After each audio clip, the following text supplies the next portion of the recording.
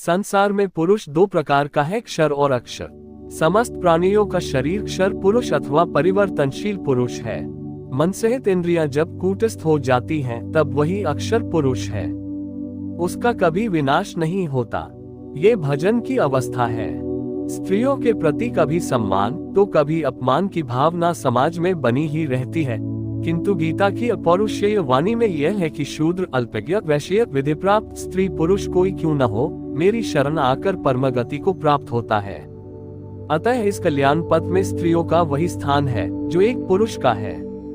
भौतिक समृद्धि गीता परम कल्याण तो देती है, साथ ही मनुष्यों के लिए आवश्यक भौतिक वस्तुओं का भी विधान करती है।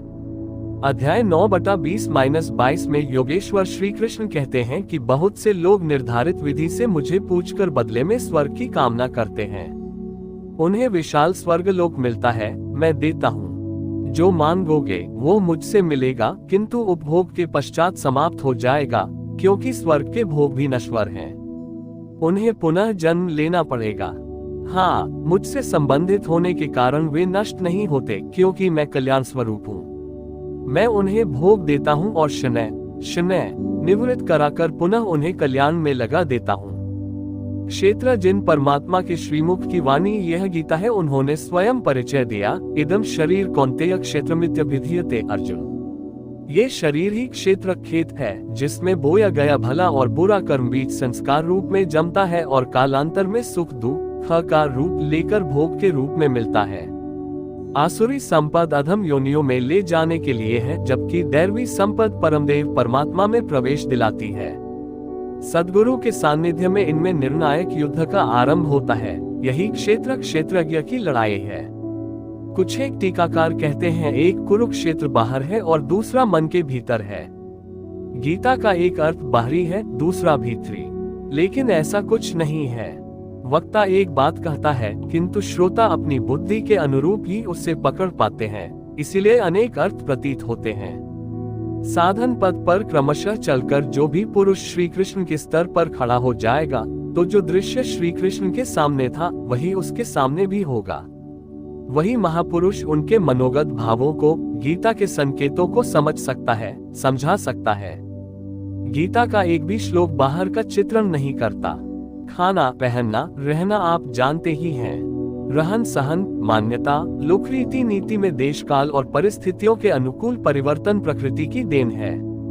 इसमें श्री कृष्ण आपको कौन सी व्यवस्था दें? कहीं लड़कियों का बाहुल्य है, बहुविवाह होते हैं, तो कहीं उनकी संख्या कम है।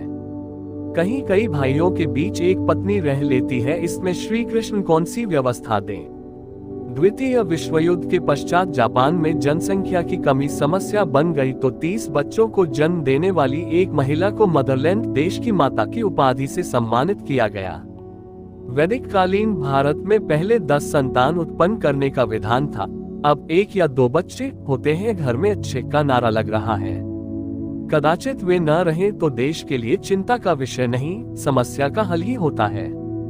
श्री कृष्ण इसमें कौन सी व्यवस्था दें?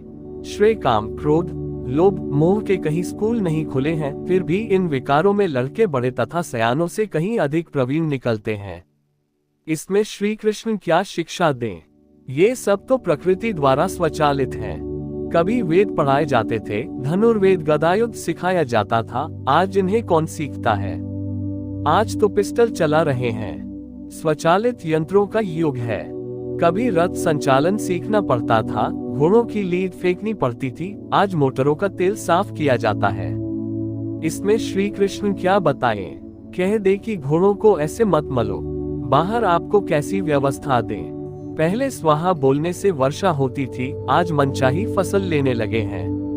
योगेश्वर कहते हैं कि प्रकृति से उत्पन्न गुणों द्वारा परवश होकर मनुष्य परिस्थिति के अनुसार ढलता ही रहता है। गुण स्वत उन्हें ढालने में सक्षम है। भौतिक शास्त्र, समाज शास्त्र, शिक्षा शास्त्र, अर्थशास्त्र, तर्कशास्त्र वह गढ़ता ही रहता है। एक ही वस्तु ऐसी है जो मनुष्य नहीं जानता, नहीं पहचानता। जो है तो उसी के पास, किंतु उससे विस्मृत है। गीता सुनकर अर्जुन की वही स्मृति लौट आई थी। वह स्मृति है परमात्मा की, जो हृदय देश में होकर भी उससे बहुत दूर है। उसी को मनुष्य पाना चाहता है, किंतु रास्ता नहीं पाता। केवल कल्याण पथ से ही मनुष्य अनभिज्ञ है। मोह का आवरण इतना घना है कि उधर सोचने का समय ही नहीं मिलता। उन महापुरुष ने आपके लिए समय दिया है, उस कर्म को स्पष्ट किया है जिसे करने का निर्देश गीता में है। गीता मुख्यतः यही देती है। भौतिक वस्तुएं भी उससे मिलती हैं, किंतु श्रेय की तुलना में प्रिय नगण्य हैं। योग प्रदाता योगेश्वर श्री कृष्ण के अनुसार कल्याण पथ की जानकारी, उसका साधन और उसकी प्राप्ति सद्गुरु से होती है।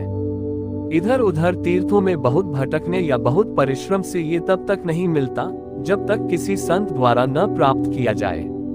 अध्याय 4/34 में श्री कृष्ण ने कहा, अर्जुन, तू किसी तत्वदर्शी महापुरुष के पास जाकर भली प्रकार दंड प्रणाम कर, निष्कपट भाव से सेवा करके, प्रश्न करके उस ज्ञान को प्राप्त कर। प्राप्ति का एकमात्र उपाय है किसी महापुरुष का सानिध्य और उनकी सेवा। उनके अनुसार चलकर योग की संसिद्धि काल में पाएगा। अध्याय 18/18 में उन्होंने बताया कि परिज्ञाता अर्थात तत्वदर्शी महापुरुष, ज्ञान अर्थात जानने की विधि और ज्ञेय परमात्मा तीनों कर्म के प्रेरक हैं। अतः श्री कृष्ण के अनुसार महापुरुष ही कर्म के माध्यम है, न कि केवल पुस्तक किताब तो एक नुस्खा है। नुस्खा रटने से कोई निरोग नहीं होता, बल्कि उसे अमल में लाना है। नरक अध्याय 16/16 में आसुरी संपद का वर्णन करते हुए योगेश्वर श्री कृष्ण ने बताया कि अनेक प्रकार से भ्रमित चित्त वाले, मोह में फंसे आसुरी स्वभाव वाले मनुष्य अपवित्र नरक में गिरते हैं। प्रश्न स्वाभाविक है कि नरक है कैसा और किसे कहते हैं। इसी क्रम में स्पष्ट करते हैं कि मुझसे द्वेष रखने वाले नराधमों को मैं बारंबार आसुरी योनियों में गिराता हूँ, अजस्र आसुरी योनियों में गिराता हूँ। यही नरक है। इस नरक का द्वार क्या है? उन्होंने बताया कि काम, क्रोध और लोभ नरक के 3 द्वार हैं, जिनमें आसुरी संपद गठित होती है। अतः बारंबार कीट, पतंग, पशु इत्यादि योनियों में आना ही नरक है। पिंडदान प्रथम अध्याय में विषादग्रस्त अर्जुन को आशंका थी कि युद्धजनित नरसंहार से पितर लोग पिंडदान और तर्पण से वंचित हो जाएंगे, पितर गिर जाएंगे। इस पर भगवान श्री कृष्ण ने कहा, अर्जुन, तुझे यह अज्ञान कहां से हो गया? पिंडदक क्रिया को योगेश्वर ने अज्ञान कहा और बताया कि जिस प्रकार जीर्ण शीर्ण वस्त्र को त्याग कर मनुष्य नया वस्त्र धारण कर लेता है, ठीक इसी प्रकार यह आत्मा जीर्ण शरीर को छोड़कर तत्काल शरीर रूपी नवीन वस्त्र को ग्रहण कर लेता है। यहाँ शरीर मात्र एक वस्त्र है, और जब आत्मा ने केवल वस्त्र बदला, वह मरा नहीं, नश्वर शरीर को ही बदला है। उसकी व्यवस्थाएं पूर्ववत है, तो इस भोजन, पिंडदान, आसन, शय्या, सवारी, आवास या जल इत्यादि से किसे तृप्त किया जाता है। यही कारण है कि योगेश्वर ने इसे अज्ञान कहा। अध्याय 15/7 में इसी पर बल देते हुए कहते हैं कि यह आत्मा मेरा सनातन अंश है, स्वरूप है, और मन तथा 5 इंद्रियों के कार्यकलापजन्य संस्कार को लेकर दूसरे शरीर को धारण कर लेता है और मन सहित 6 इंद्रियों के द्वारा अगले शरीर में विषय भोगों को भोगता है। आत्मा ने जिस शरीर को धारण किया, वहाँ भी भोग सामग्री उपलब्ध है, फिर पिंडदान क्यों दिया जाता है? इधर एक शरीर को छोड़ा, उधर दूसरे शरीर को धारण किया, वह सीधा उस शरीर में जाता है। बीच में कोई विराम नहीं, कोई स्थान नहीं, तो हजारों पीढ़ियों के पितरों का अनादिकाल से पड़े रहना और उनकी जीविका वंश परंपरा के हाथ निर्धारित करना तथा पिंजरे के पक्षी की तरह उनका रुदन पतन एक अज्ञान मात्र है। इसीलिए श्री कृष्ण ने इसे अज्ञान कहा। पाप और पुण्य, इस प्रश्न पर समाज में अनेक भ्रांतियां हैं, किंतु योगेश्वर श्री कृष्ण के अनुसार रजोगुण से उत्पन्न ये काम और क्रोध भोगों से कभी तृप्त न होने वाले महान पापी हैं। अर्थात काम ही एकमात्र पापी है। पाप का उद्गम काम है, कामनाएं हैं। ये कामनाएं रहती कहाँ हैं? श्री कृष्ण ने बताया कि इंद्रियां, मन और बुद्धि इसके वासस्थान कहे जाते हैं। जब विकार तन में नहीं, मन में ही होते हैं, तो शरीर धोने से क्या होगा? श्री कृष्ण के अनुसार इस मन की शुद्धि होती है नाम जप से, ध्यान से, समकालीन किसी तत्वदर्शी महापुरुष की सेवा से, उनके प्रति समर्पण से, जिसके लिए वे 4/34 में प्रोत्साहित करते हैं कि तद्विधि प्रणिपातेन, सेवा और प्रश्न करके उस ज्ञान को प्राप्त करो जिससे सभी पाप नष्ट हो जाते हैं। अध्याय 3/13 में उन्होंने कहा कि यज्ञ से शेष बचे अन्न को खाने वाले संत जन संपूर्ण पापों से छूट जाते हैं, और जो शरीर के लिए कामना करते हैं वे पापी पाप ही खाते हैं। यहाँ यज्ञ चिंतन की एक निश्चित क्रिया है, जिससे मन में निहित चराचर जगत के संस्कार जल जाते हैं। शेष केवल ब्रह्म ही बचता है। अतः शरीर के जन्म का जो कारण है वही पाप है, और जो उस अमृत तत्व को दिलाने वाला है जिसके पश्चात कभी शरीर धारण न करना पड़े वही पुण्य है। अध्याय 7/29 में वे कहते हैं, मेरी शरण होकर जरा मरण और दोषों से छूटने के लिए यत्न करने वाले पुण्यकर्मी जिन पुरुषों का पाप नष्ट हो गया है, वे संपूर्ण ब्रह्म को, संपूर्ण कर्म को, संपूर्ण आध्यात्म को तथा भली प्रकार मुझे जानते हैं और मुझे जानकर मुझ में ही स्थित रहते हैं। अतः पुण्य कर्म वह है जो जरा मरण और दोषों से ऊपर उठाकर शाश्वत की जानकारी और उसी में सदा के लिए स्थिति दिलाता है, और जो जन्म मृत्यु जरा मरण दुख दोषों की परिधि में घुमाकर रखता है वही पाप कर्म है। अध्याय 10/3 में कहते हैं, जो मुझ जन्म मृत्यु से रहित, आदि अंत से रहित सब लोकों के महान ईश्वर को साक्षात्कार सहित विदित कर लेता है, वह पुरुष मरणधर्मा मनुष्यों में ज्ञानवान है, और ऐसा जानने वाला संपूर्ण पापों से मुक्त हो जाता है। अतः साक्षात्कार के साथ ही संपूर्ण पापों से निवृत्ति मिलती है। सारांशत, बार बार जन्म मृत्यु का कारण ही पाप है, और जो उससे बचाकर शाश्वत परमात्मा की ओर घुमा दे, परम शांति की प्राप्ति करा दे, वही पुण्य कर्म है।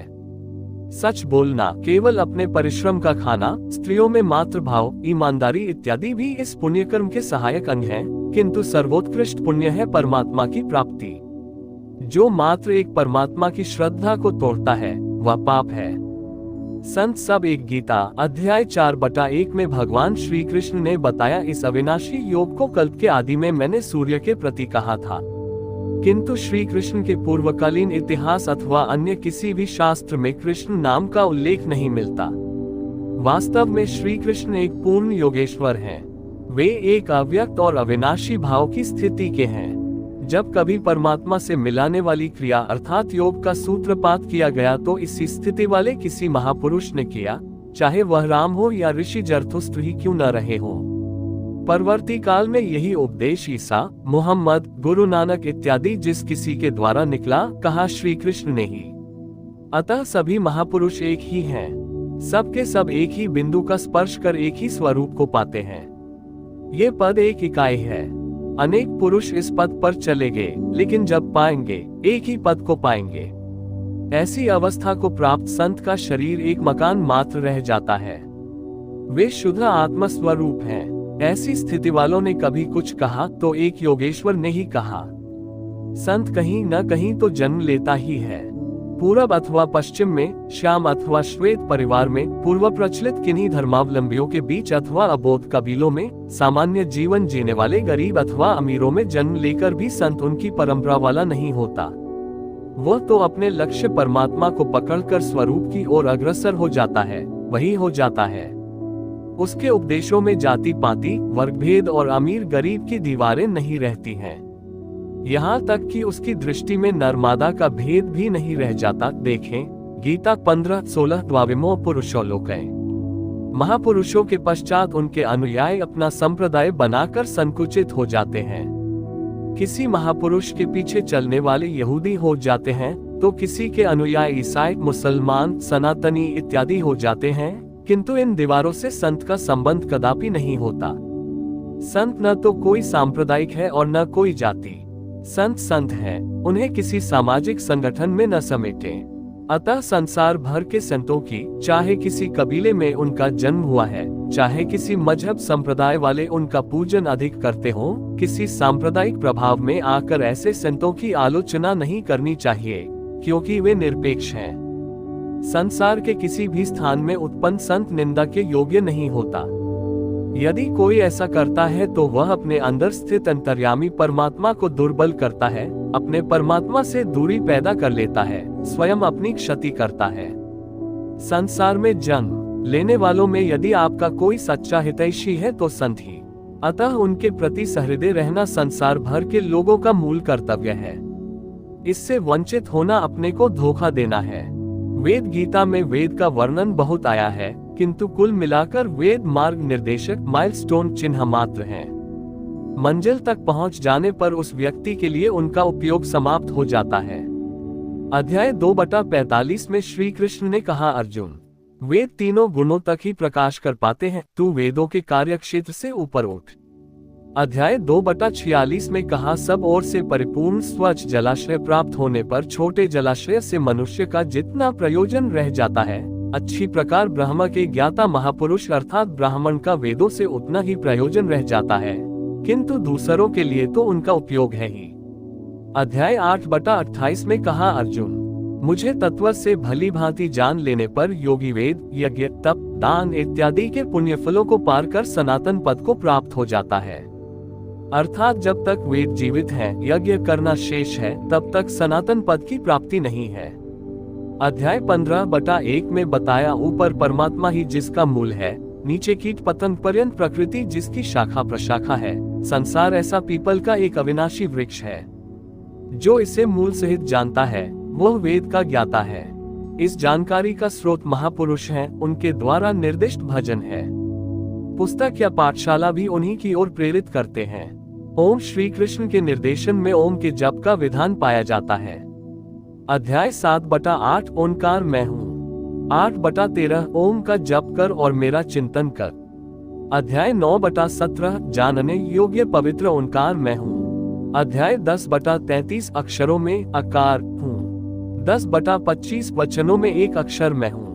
अध्याय 17/23 ओम तत् और सत ब्रह्म का परिचायक है। 17/24 यज्ञ, दान और तप की क्रियाएं ओम से ही प्रारंभ होती हैं।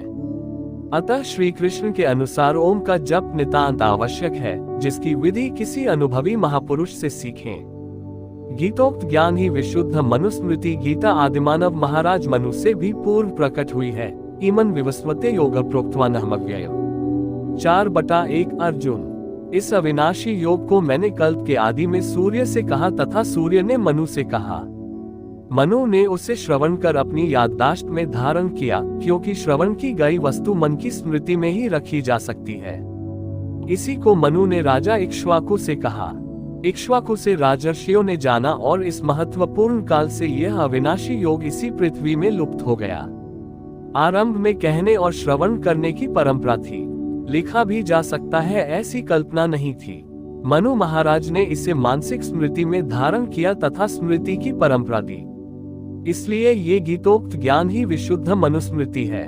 भगवान ने ये ज्ञान मनु से भी पूर्व सूर्य से कहा, तो इसे सूर्य स्मृति क्यों नहीं कहते।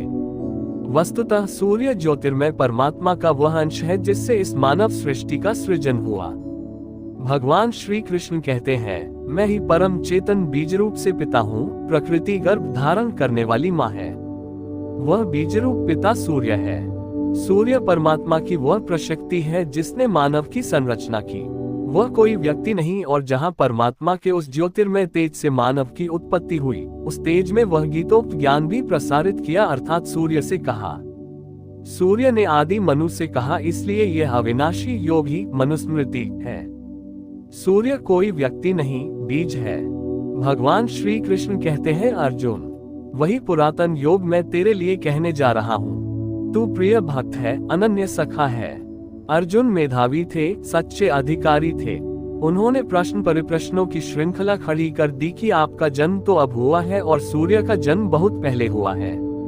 इसे आपने ही सूर्य से कहा, यह मैं कैसे मान लूं? इस प्रकार 20-25 प्रश्न उन्होंने किए। गीता के समापन तक उनके संपूर्ण प्रश्न समाप्त हो गए। तब भगवान ने जो प्रश्न अर्जुन नहीं कर सकते थे, जो उनके हित में थे, उन्हें स्वयं उठाया और समाधान दिया। अंततः भगवान ने कहा, अर्जुन, क्या तुमने मेरे उपदेश को एकाग्रचित हो श्रवण किया? क्या मोह से उत्पन्न तुम्हारा अज्ञान नष्ट हुआ? अर्जुन ने कहा, नष्टो मोह स्मृति लब्धा त्वत्प्रसादान्मयाच्युत स्थितोस्मि गतसंदेह करिष्ये वचन तव। 18/73 भगवान, मेरा मोह नष्ट हुआ, मैं स्मृति को प्राप्त हुआ हूँ। केवल सुना भर नहीं अपितु स्मृति में धारण कर लिया है। मैं आपके आदेश का पालन करूंगा, युद्ध करूंगा। उन्होंने धनुष उठा लिया, युद्ध हुआ, विजय प्राप्त की, एक विशुद्ध धर्म साम्राज्य की स्थापना हुई और एक धर्मशास्त्र के रूप में वही आदि धर्मशास्त्र गीता पुनः प्रसारण में आ गई। गीता आपका आदि धर्मशास्त्र है। यही मनुस्मृति है जिसे अर्जुन ने अपनी स्मृति में धारण किया था। मनु के समक्ष 2 कृतियों का उल्लेख है, एक तो सूर्य से उपलब्ध गीता, दूसरे वेद मनु के समक्ष उतरे। तीसरी कोई कृति मनु के समय में प्रकट नहीं हुई थी। उस समय लिखने लिखाने का प्रचलन नहीं था, कागज कलम का प्रचलन नहीं था, इसलिए ज्ञान को श्रुत अर्थात सुनने और स्मृति पटल पर धारण करने की परंपरा थी, जिनसे मानवों का प्रादुर्भाव हुआ। सृष्टि के प्रथम मानव उन मनु महाराज ने वेद को श्रुति तथा गीता को स्मृति का सम्मान दिया। वेद मनु के समक्ष उतरे थे, इन्हें सुने, ये सुनने योग्य है, किंतु गीता स्मृति है, सदा स्मरण रखें। ये हर मानव को सदा रहने वाला जीवन, सदा रहने वाली शांति और सदा रहने वाली समृद्धि, ऐश्वर्य संपन्न जीवन प्राप्त कराने वाला ईश्वरीय गायन है। भगवान ने कहा, अर्जुन, यदि तू अहंकारवश मेरे उपदेश को नहीं सुनेगा तो विनष्ट हो जाएगा, अर्थात गीता के उपदेशों की अवहेलना करने वाला नष्ट हो जाता है। अध्याय 15 के अंतिम श्लोक 15/20 में भगवान ने कहा, इति गुह्यतमं शास्त्रमिद मुक्तम मयांक, ये गोपनीय से भी अति गोपनीय शास्त्र मेरे द्वारा कहा गया। इसे तत्व से जानकर तू समस्त ज्ञान और परमश्रेय की प्राप्ति कर लेगा। अध्याय 16 के अंतिम 2 श्लोकों में कहा, यह शास्त्र विधिमुत्सृज्य वर्तते कामकारत। इस शास्त्र विधि को त्याग कर कामनाओं से प्रेरित होकर अन्य विधियों से जो भजते हैं उनके जीवन में न सुख है, न समृद्धि है और न परमगति ही है। तस्मात् शास्त्रम प्रमाणते कार्य व्यवस्थित। इसलिए अर्जुन, तुम्हारे कर्तव्य और अकर्तव्य की व्यवस्था में ये शास्त्र ही प्रमाण है। इसको भली प्रकार अध्ययन कर तत्पश्चात आचरण कर तुम मुझ में निवास करोगे, अविनाशी पद प्राप्त कर लोगे, सदा रहने वाला जीवन, सदा रहने वाली शांति और समृद्धि पालोगे। गीता मनुस्मृति है और भगवान श्री कृष्ण के अनुसार गीता ही धर्मशास्त्र है। अन्य कोई शास्त्र नहीं, कोई अन्य स्मृति नहीं है। समाज में प्रचलित अनेकानेक स्मृतियां गीता के विस्मृत हो जाने का दुष्परिणाम है। स्मृतियां कतिपय राजाओं के संरक्षण में प्रशासन चलाने के लिए लिखी गईं, जिनसे समाज में ऊंच नीच की दीवारें सृजित हो गईं। मनु के नाम पर प्रचारित तथा कथित मनुस्मृति में मनुकालीन वातावरण का चित्रण नहीं है। मूल मनुस्मृति गीता एक परमात्मा को ही सत्य मानती है, उसमें विलय दिलाती है, किंतु वर्तमान काल में प्रचलित लगभग 164 स्मृतियां परमात्मा का नाम तक नहीं लेती, न परमात्मा की प्राप्ति के उपायों पर प्रकाश डालती हैं। वे केवल स्वर्ग के आरक्षण तक ही सीमित रहकर न अस्ति, जो है नहीं, उन्हीं को ही प्रोत्साहन देती हैं। मोक्ष का उनमें उल्लेख तक नहीं है। महापुरुष बाह्य तथा आंतरिक, व्यवहारिक तथा आध्यात्मिक, लोक रीति और यथार्थ वेद रीति दोनों की जानकारी रखता है। यही कारण है कि समस्त समाज को महापुरुषों ने रहन सहन का विधान बताया और एक मर्यादित व्यवस्था दी। वशिष्ठ, विश्वामित्र, स्वयं योगेश्वर, श्री कृष्ण, महावीर स्वामी, महात्मा बुद्ध, मूसा, ईसा, मोहम्मद, रामदास, दयानंद, गुरु गोविंद सिंह इत्यादि सहस्रों महापुरुषों ने ऐसा किया, किंतु व्यवस्थाएं सामयिक होती हैं। पीड़ित समाज को भौतिक वस्तु प्रदान करना यथार्थ नहीं है। भौतिक उलझने क्षणिक है, शाश्वत नहीं, इसलिए उनका हल भी तत्सामयिक होता है। उन्हें चिरंतन व्यवस्था के रूप में ग्रहण नहीं किया जा सकता। व्यवस्थाकार सामाजिक विकृतियों को महापुरुष सुलझाया करते हैं। यदि इन्हें न सुलझाया जाए तो ज्ञान वैराग्य जनित परम की साधना कौन सुनेगा। व्यक्ति जिस वातावरण में फंसा है, उसे वहां से हटाकर यथार्थ को जानने की स्थिति में लाने के लिए अनेकानेक प्रलोभन दिए जाते हैं। एतदर्थ महापुरुष जिन शब्दों का प्रयोग करते हैं, कोई व्यवस्था देते हैं, वह धर्म नहीं है।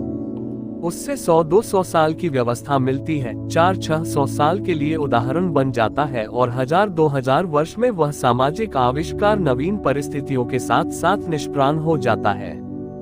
गुरु गोविंद सिंह की सामाजिक व्यवस्था में शस्त्र अनिवार्य था। क्या आप उस तलवार का शस्त्र के स्थान पर औचित्य है? ईसा गधे पर बैठते थे। मत्ती 21 गधे के संबंध में उनकी दी हुई व्यवस्थाओं का आज क्या उपयोग है? कहा, किसी का गधा मत चुराओ। आज गधा कौन पालता है?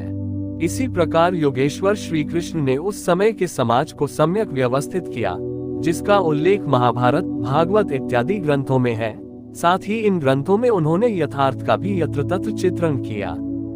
परम कल्याणकारी साधना और भौतिक व्यवस्थाओं के निर्देश को एक में मिला देने से समाज तत्व निर्णय क्रम को पूरा नहीं समझ पाता। भौतिक व्यवस्थाओं को वह ज्यों का त्यों नहीं बल्कि बढ़ा चढ़ाकर ग्रहण करता है, क्योंकि वह भौतिक है। महापुरुष ने कहा, ऐसा कहकर इन व्यवस्थाओं के लिए महापुरुषों की दुहाई भी देते हैं। वे महापुरुष की वास्तविक क्रिया को तोड़ मरोड़ कर उसे भ्रामक बना देते हैं। वेद, रामायण, महाभारत, बाइबल, कुरान सबके प्रति पूर्वाग्रहयुक्त धूमिल धारणाएं शेष हैं। बाह्य धरातल पर जीवन यापन करने वाला समाज उनके कथन का स्थूल आशय ही ग्रहण कर पाता है। इसीलिए भगवान श्री कृष्ण ने शाश्वत धाम, अनंत जीवन, सदा रहने वाली शांति प्रदायिनी गीता शास्त्र को भौतिक व्यवस्थाओं से पृथक किया। महाभारत भारत का बृहद इतिहास तथा गौरवशाली संस्कृति शास्त्र है। उन्होंने इस विशाल इतिहास के मध्य इसका गायन किया, जिससे भविष्य में आने वाली समस्त पीढ़ियां इस धर्मशास्त्र को धार्मिक धरातल पर यथावत समझ सकें। कालांतर में महर्षि पतंजलि इत्यादि अनेक महापुरुषों ने भी परमश्रेय की यथार्थ विधि को सामाजिक व्यवस्था से हटाकर अलग प्रस्तुत किया। गीता मनुष्य मात्र के लिए भगवान ने इस धर्मशास्त्र का उपदेश प्रवृत्ति शस्त्र संपाते गीता 1/20 ठीक शस्त्र संचालन के समय किया, क्योंकि वह भली प्रकार जानते थे कि भौतिक संसार में कभी शांति और सुख होता ही नहीं। अरबों लोगों की आहुति के उपरांत भी जो विजेता होंगे वह भी विफल मनोरथ और अंततः उदास ही होंगे। इसलिए उन्होंने ऐसे शाश्वत युद्ध का परिचय गीता के माध्यम से दिया, जिसमें एक बार विजय हो जाने पर सदा रहने वाली विजय, अनंत विजय और अक्षय धाम है, जो मानव मात्र के लिए सदैव सुलभ है, जो क्षेत्रज्ञ की लड़ाई है, प्रकृति और पुरुष का संघर्ष है, अंतःकरण में अशुभ का अंत और शुभ परमात्मा स्वरूप की प्राप्ति का साधन है। उत्तम अधिकारी के प्रति ही उन्होंने उसे व्यक्त किया। श्री कृष्ण ने बार बार कहा कि तुझ अतिशय प्रीति रखने वाले भक्त के प्रति हित की इच्छा से कहता हूँ, यह अति गोपनीय है। अंत में उन्होंने कहा, जो भक्त नहीं हो तो प्रतीक्षा करो, उसको रास्ते पर लाओ, फिर उसी के लिए कहो। यही मनुष्य मात्र के लिए यथार्थ कल्याण का एकमात्र साधन है, जिसका क्रमबद्ध वर्णन श्री कृष्णोक्त गीता है। प्रस्तुत टीका योगेश्वर श्री कृष्ण द्वारा प्रसारित श्रीमद् भगवद गीता के आशय का यथावत अनुवाद करने के कारण प्रस्तुत टीका का नाम यथार्थ गीता है। ये भगवान की अंतःप्रेरणा पर आधारित है। गीता अपने में पूर्ण साधन ग्रंथ है। संपूर्ण गीता में संदेह का एक भी स्थल नहीं है। जहाँ कहीं संदेह है वो बौद्धिक स्तर पर इसे जाना नहीं जा सकता है, इसलिए प्रतीत होता है। अतः कहीं समझ में ना आए तो किसी तत्वदर्शी महापुरुष के सान्निध्य में समझने का प्रयास करें। तद्विद्धि प्रणिपातेन परिप्रश्नेन सेवया उपदेक्ष्यन्ति ते ज्ञान ज्ञानेन तत्वदर्शिन। ओम शांति शांति शांति।